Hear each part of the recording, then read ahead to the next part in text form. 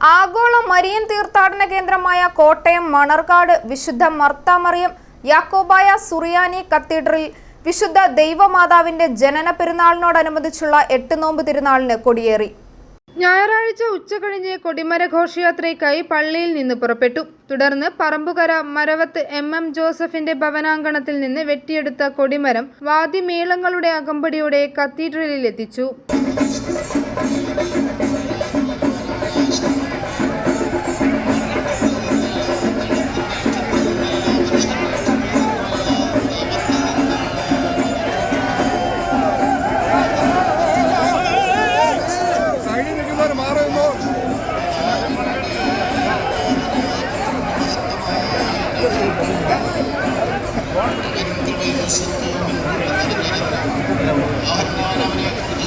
ആകത്തിന്റെ വെളിക്കല്ലിന്മേൽ പ്രാണാർപ്പണം ചെയ്ത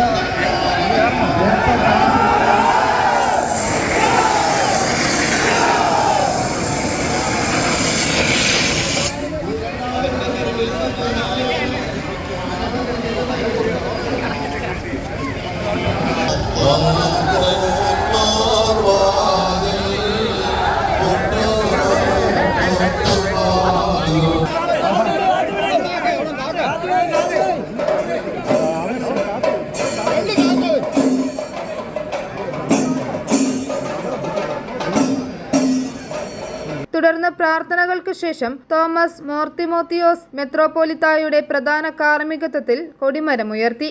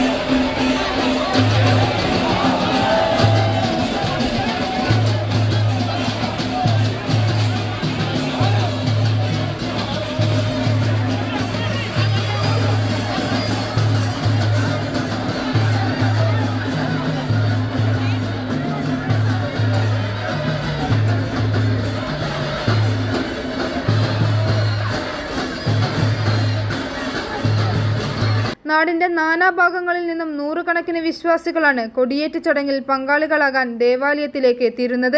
സെപ്റ്റംബർ 5 ഉച്ചകഴിഞ്ഞ് 2 മണിക്ക് കുരിശുപള്ളികളിലേക്കുള്ള ഭക്തിനിർഭരമായ റാസ നടക്കും. സെപ്റ്റംബർ 7 ദേവാലയത്തിലെ ചരിത്രപ്രസിദ്ധമായ നട തുറക്കൽ.